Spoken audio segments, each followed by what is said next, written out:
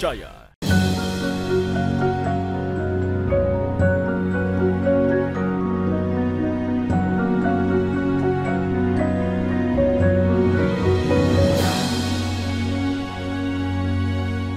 Bismillahirrahmanirrahim. Assalamualaikum warahmatullahi wabarakatuh. Alhamdulillahirabbil alamin. Alladzi ahyana ba'dama amatana wa ilaihi nusyur. Wassalatu wassalamu ala asyrafil anbiya'i wal mursalin wa ala alihi wa sahbihi ajma'in. Amma ba'd. Pemirsa sekalian, kaum muslimin yang dimuliakan oleh Allah Subhanahu wa taala, kita bersyukur kehadiratnya. Mudah-mudahan di awal pagi ini kita ada semangat, ada niat, ada inspirasi untuk berbuat yang terbaik bagi kehidupan kita dan mudah-mudahan bisa bermanfaat bagi keluarga, sesama, insyaallah. Salawat dan salam atas junjungan kita Nabiullah Muhammad sallallahu alaihi wasallam. Pemirsa sekalian, Islam mengatur kehidupan yang seimbang antara laki-laki dan perempuan. Ini sudah lama adanya. Dan ini bagus kalau sama-sama kita fahami dalam kehidupan kekinian bahwa man amila sholihan min dzakarin aw unsa, siapa saja hamba Allah yang beramal baik, jenisnya laki-laki atau perempuan, Allah akan berikan penghidupan yang baik. Makna ayat itu adalah adanya kesetaraan laki-laki dan perempuan. Pagi hari ini kita tidak alergi untuk mengangkat sebuah tema yang ada fenomenanya. Apa itu? Bahwa boleh jadi akibat kesetaraan yang dibangun itu belum ideal betul.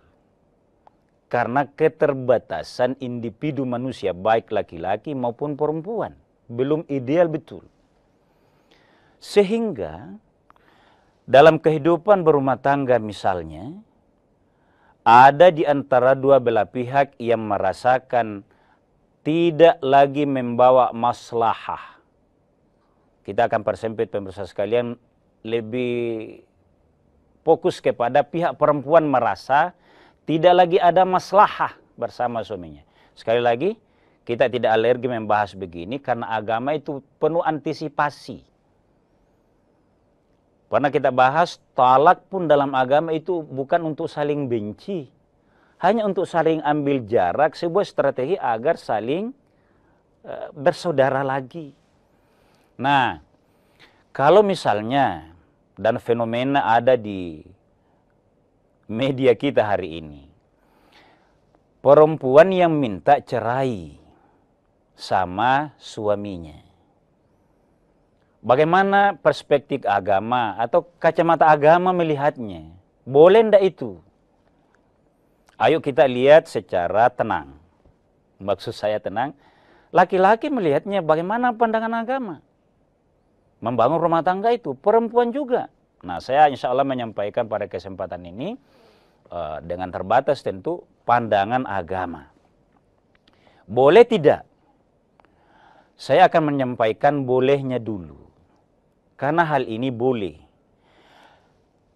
Ada hal yang menyebabkan pihak perempuan sangat tahu bahwa saya diposisikan oleh perangai suami, misalnya nih. Jadi harus jelas. Tabiat suami tidak memanusiakan. Ada ndak itu? Boleh jadi ada kalau khilaf. Harapannya nanti baik kalau dikasih sok terapi. Jangan dia terlalu egois sendiri misalnya nih. Ini pelajaran sebenarnya.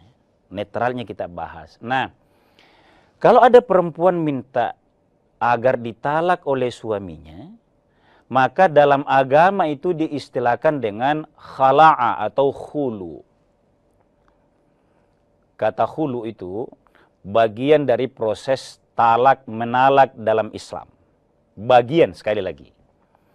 Apa itu? Khulu ini artinya melonggarkan, melepaskan. Searti juga dengan talak sebenarnya. Khala'a. Tapi kata khala'a diambil adalah apa yang sudah sangat akrab, sudah sangat menyatu. Diambil dari ayat surah Al-Baqarah begini. Hunna libasul lakum wa antum libasul lahunna. Ingat para suami, istrimu itu adalah pakaianmu. Ia menutupimu, yang kamu menutupi aurat-auratmu. Itu istrimu. Tapi jangan lupa, wa antum libasul lahunna. Anda juga pelindungnya. Suami istri itu saling melindungi. Nah, kalau ini tidak terjadi, maka pelepasan itu yang inisiatif dari istri, apapun dasarnya, apapun alasannya, mungkin karena terzalimi, yang banyak ini. Atau boleh jadi suatu saat berkembang sang istri juga sudah naik dayanya, kira-kira gitu. Sehingga dia yang menggugat dengan mudah. Nanti kita ulas sedikit itu. Maka agama membolehkan itu. Pemirsa sekalian, bolehnya seperti apa? Tentu namanya ajaran agama, kita akan deskripsikan apa adanya, bukan dengan sangat emosi satu pihak. Terutama kalau istilah khulu ini, menggugat cerai ini dari pihak istri saja. Kita lanjut setelah jeda sejenak.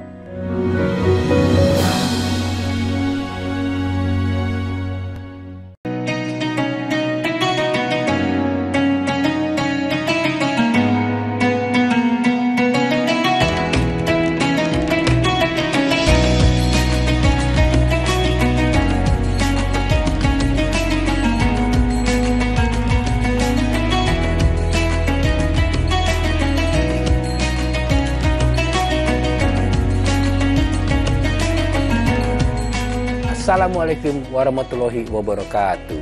Setelah menjalankan ibadah puasa selama bulan Ramadan, kita sambut hari yang suci dengan penuh kebahagiaan.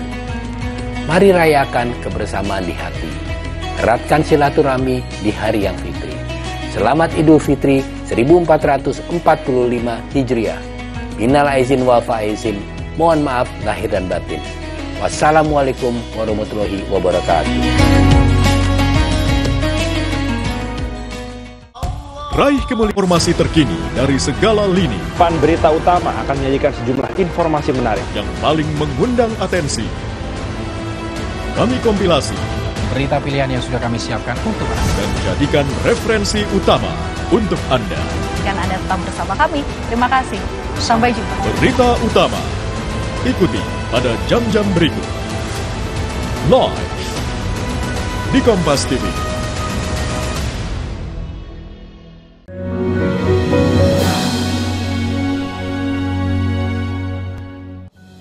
Pemirsa sekalian kaum muslimin yang dimuliakan oleh Allah Subhanahu wa taala. Jadi kita mencoba membahas atau mentadkirahkan hal-hal yang sangat fikhi, tapi memang mengantisipasi kalau terjadi maka dia tidak liar. Tetap ada panduan agama yang ikut di situ. Hari ini pemirsa sekalian, kalau kita mencoba misalnya ke pengadilan agama dan itu banyak beredar di media sosial. Secara nasional itu pernah di tahun 2022, sekarang ini kan 2024. Maka data yang bisa diukur itu ya pasti tahun yang sebelumnya. 2023-nya dalam proses. Itu dicatat bahwa sebanyak 388.358 peristiwa perceraian yang akibat gugatan istri. Itu tahun 2022. Atau 70% dari seluruh proses pernikahan atau perceraian di pengadilan. 70% pemirsa sekalian. Ya, jadi ini menarik untuk kita coba lihat, kita kaji sama-sama. Nah, ada apa sebenarnya di situ? Mungkin lain momen ya, sehingga ini apakah ini karena peningkatan kesadaran hukum yang terbuka atau ada hal lain? Nah, itu satu posisi itu. Tapi saya kembali ke hadis Nabi tentang bolehnya seseorang itu minta cerai sama suami. Dan Nabi memberikan contoh. Saya bacakan hadisnya, diriwayatkan oleh Bukhari dari Ibnu Abbas. Ibnu Abbas ini memang ahli hadis sekaligus ahli tafsir di zaman Rasulullah SAW. Bahwa suatu hari ada seorang sahabat Nabi, istrinya bernama Sabit bin Qais. Jadi sahabat Nabi ini Sabit bin Qais, istrinya bernama Ummu Habibah. Mengajukan halnya kepada Nabi SAW dengan perkataannya seperti ini. Ya Rasulullah, ini saya baca teksnya. Wahai Rasul, Sabitu binti Qais ma'atibu fi khalqin waladinin. Suami saya ini, Sabit bin Qais, itu istilah begininya, tidak menambah semangat hidup. Yang bertambah hanya semangat makan saja. Maaf ini, itu maknanya nih. Makna dari hadis ini ndak mesra lah kira-kira begitu. Tidak terjadi pasangan suami istri. Walakinni akrahu bil kufri.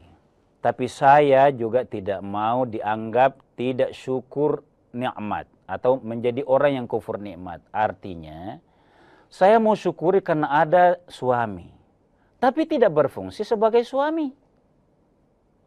Jangan-jangan kalau ini bertahan, wahai Nabi, wahai Rasul, saya dianggap tidak mensyukuri itu. Maka hal apa yang harus saya lakukan?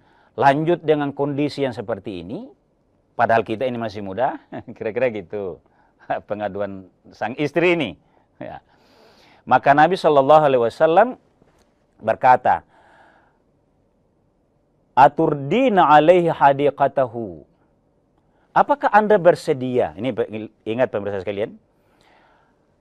Apakah Anda bersedia mengembalikan turadina? Apakah Anda bersedia mengembalikan hadiqatahu, kebunnya?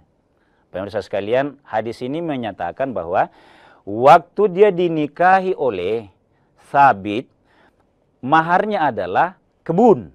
Itu maknanya. Jadi itu langsung terlihat di situ. Kalau kamu minta cerai, Ummu Habibah, apakah kamu bersedia mengembalikan itu? Tidak hanya minta cerai, tapi kamu mau kuasai itu kebunnya. Itu. Nah, ini kita akan kaji dari sini nih. Qalat na'am. Demi kemaslahatan wahai Rasul, iya saya bersedia. Kebun saya juga punya, Ji. Tapi yang saya butuhkan ini namanya fungsi suami istri. Maka, apa kata Nabi? Qala iqbalil hadiqah. Disampaikan kepada Sabit, ambil kebunmu. Summa taliqha tatliqatan. Kemudian talak Ummu Habibah. Pemirsa sekalian, dari teks hadis yang saya bacakan ini adalah bisa dipahami bahwa kalau yang boleh dalam agama itu istri minta dicerai suami, kalau fungsi sebagai suami tidak bisa dipenuhi oleh suami. Ya mungkin tidak usah saya bahas detail satu-satu lah.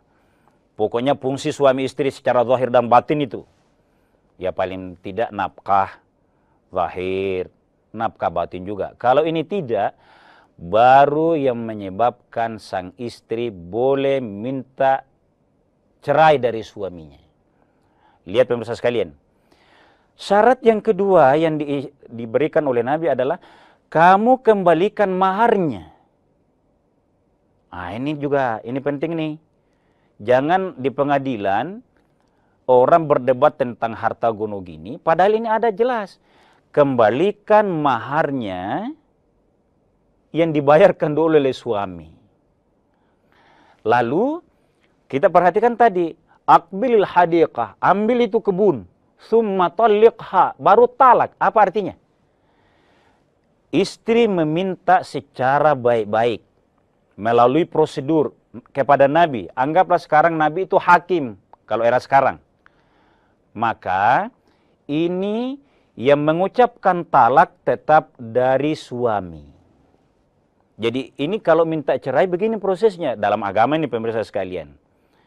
Tapi kalau iya Ustaz, kalau orang yang sadar, kalau ini berniat memang zalim, berniat menganiaya, dia tidak mau mengucapkan talak, maka dalam kompilasi hukum Islam di Indonesia, karena jangan-jangan memang ada laki-laki merasa posisinya diuntungkan oleh dalil tadi, maka syariat membolehkan kepada pengadilan menjatuhkan talak. Apa instrumennya?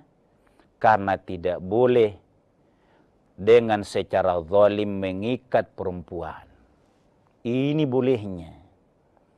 Ini yang ada sebabnya pemirsa sekalian.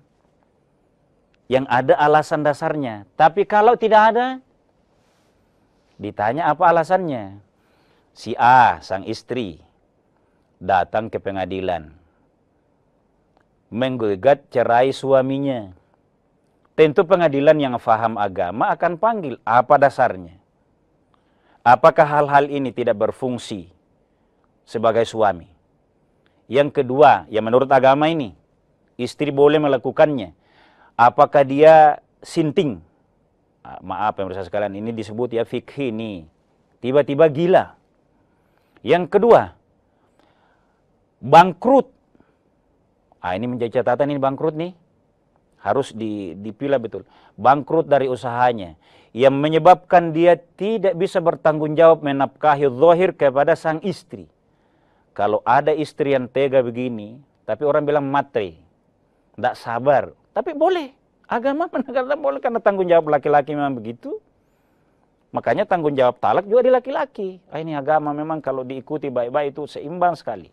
Nah, kalau ada perempuan yang minta cerai ke suaminya atau lewat pengadilan yang kita istilahkan khulu ini, dengan dasar yang ada, maka dia tidak berdosa. Boleh, karena ada hal-hal yang menyebab tiba-tiba gila. Tiba-tiba cacat yang menyebabkan dia tidak bisa sama sekali bertanggung jawab. Hal-hal yang menyebabkan dia menafkahi menjadi tidak ada. Atau pernah membohongi. Dia bilang keturunan, pejabat. Ternyata setelah menikah tidak berdosa istri kalau menggugat cerai suaminya. Ini dasar atau hal-hal yang membolehkan minta cerai yang ditolerir oleh syariat. Tidak berdosa maksudnya. Kita lanjutkan setelah jeda sejenak.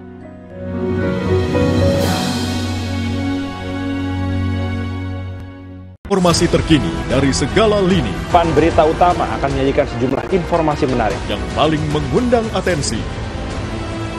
Kami kompilasi Berita pilihan yang sudah kami siapkan untuk Anda. dan jadikan referensi utama untuk Anda. Dan Anda tetap bersama kami. Terima kasih. Sampai jumpa. Berita utama ikuti pada jam-jam berikut. Live di Kompas TV.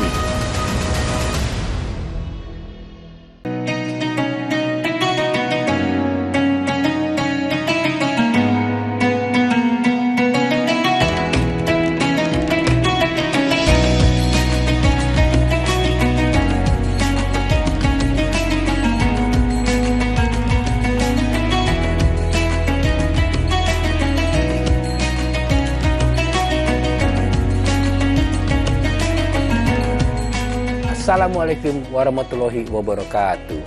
Setelah menjalankan ibadah puasa selama bulan Ramadan, kita sambut hari yang suci dengan penuh kebahagiaan. Mari rayakan kebersamaan di hati. Eratkan silaturahmi di hari yang fitri. Selamat Idul Fitri 1445 Hijriah. Minal aizin wal faizin. Mohon maaf lahir dan batin. Wassalamualaikum warahmatullahi wabarakatuh. Raih kemuliaan.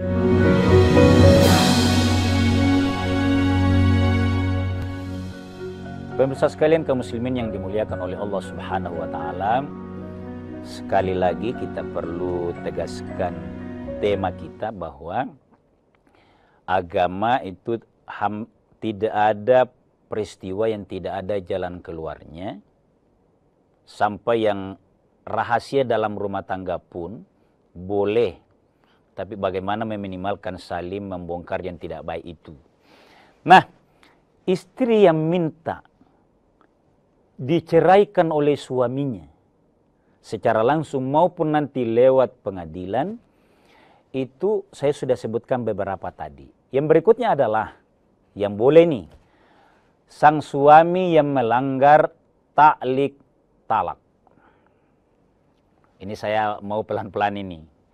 Ingat pemirsa sekalian, seringkali pada sebuah pernikahan itu wujud kesungguhan dan tanggung jawab seorang laki-laki, dia membaca sigat ta'liq. Kadangkala permintaan pihak perempuan agar anak yang selama ini disayang oleh bapak dan ibunya dimanjakan, sekarang menjadi tanggung jawab seorang laki-laki yang baru. Belum terlalu cukup ditahu kebaikannya, rasa sayangnya dan tanggung jawabnya. Maka diminta baca ta'liq talak. Apa itu ta'liq talak? Bahwa kalau sewaktu-waktu meninggalkan istri sekian lama, 2 tahun minimal berturut-turut, bayangkan itu 2 tahun. Dia menyerahkan perkaranya kepada istri. Kalau istri menggugat ke pengadilan, maka sang suami saat itu di ta'liq talak menyerahkan sepenuhnya kepada pengadilan untuk memproses dengan istri mengganti uang iwat. Berapa uang iwat? Tidak sampai 100.000 uang iwat itu. Makanya ini hati-hati. Kehormatan laki-laki itu harus sangat dijaga sendiri. Nah, dia langgar. 2 tahun perginya tidak kasih informasi. Apalagi di era sekarang yang komunikasi sangat lancar. Bisa video call. Dia tidak. Tidak boleh hanya niat baik saja. Saya akan baik di sini, tidak boleh. Itu sang istri kalau tidak sabar dan tidak tahan, maka dia boleh minta cerai lewat pengadilan. Hal-hal ini yang dibolehkan oleh agama. Sebaliknya pemirsa sekalian, kalau ada motivasinya beda. Seorang perempuan berjaya, sukses karirnya. Manusiawi juga dia. Dia tidak mau kalah hebatnya. Bersaing di kantornya. Maaf ini kan ada, saya tidak menunjuk siapa. Pernah ada. Merasa karirnya bagus. Suaminya melampaui. Suaminya tetap kepala seksi, dia menjadi kepala bidang misalnya. Karena ini yang banyak tadi. Angka gugat cerai itu di pengadilan tinggi gara-gara salah satunya ini. Bukan hanya karena KDRT. Nah, pemirsa sekalian. Nabi menegaskan bahwa riwayat Daud itu, siapa-siapa perempuan yang meminta cerai dari suaminya bukan dengan alasan syar'i, minimal yang saya sebutkan tadi, tidak gila, masih bisa bertanggung jawab, tapi apa adanya, harus disabari, memang tidak berlebihan, tidak melanggar ta'liq talak, dan masih berfungsi sebagai suami, maaf, ini fikih pemirsa sekalian, maka lam yarih raihatal jannah. Ini boleh menjadi pertimbangan. Perempuan yang seperti ini, dalam hadis ini yang saya sebutkan, lam yarih raihatal jannah, dia tidak akan mencium baunya surga. Ini pemirsa sekalian yang di tengah kemajuan informasi dan kesetaraan hukum sekarang, serta kesejahteraan yang dibangun oleh bangsa dan negara, laki-laki dan perempuan setara saja dalam bermuamalah. Kita dari segi agama menganjurkan pahamilah agama. Kesejahteraan yang ada, nikmati berdasarkan agama. Jangan terlalu terbuai. Saya dampingin ibu-ibu nih. Jangan kesejahteraan, kemapanan yang ada itu mendominasi kehidupan. Itulah sebabnya sangat bagus kantor-kantor itu senantiasa ada majelis ta'limnya. Proses pencerahan, di mana mengundang pencerahan batin, pencerahan kalbu yang seseorang yang bisa sangat terbuai itu karena ada jabatan, kekayaan, popularitas. Hal ini bagi manusia bisa terbuai. Khusus kepada ibu-ibu sesuai tema kita pagi ini harus sangat diantisipasi bahwa tetap mulia, menjaga keutuhan rumah tangga dengan tidak melihatnya dari aspek material saja. Saya juga tentu mohon maaf pemirsa sekalian, terutama ibu-ibu, kalau kita coba angkat tema pagi hari ini, gugatan cerai itu atau permintaan cerai dari sang istri, kalau ini kita angkat karena agama jelas lurus jalannya. Ada hal yang boleh, tidak dosa. Sudah saya sebutkan minimal satu hadisnya. Tapi ada juga hal yang tetap tidak dibolehkan oleh agama kalau tidak sesuai rambu-rambu syariat. Malah ditegaskan dalam hadis ini, lam yarih raihatal jannah. Tidak merasakan atau tidak mencium baunya surga. Artinya tidak masuk surga. Hanya di akhirat kan nanti Ustaz? Bukan.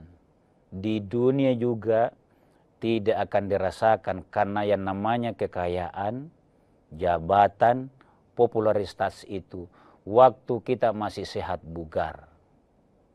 Kalau hilang kecantikan, jabatan juga selesai di usia 60 tahun, popularitas juga mulai menurun karena tidak mampu mengawal media kita, kecantikan hilang, nah itu akan selesai. Maka nikmatilah lewat panduan agama membina rumah tangga yang sakinah, mawaddah, warahmah. Mohon maaf atas segala keterbatasan mengulas ini.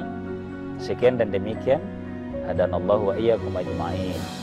Wassalamualaikum warahmatullahi wabarakatuh.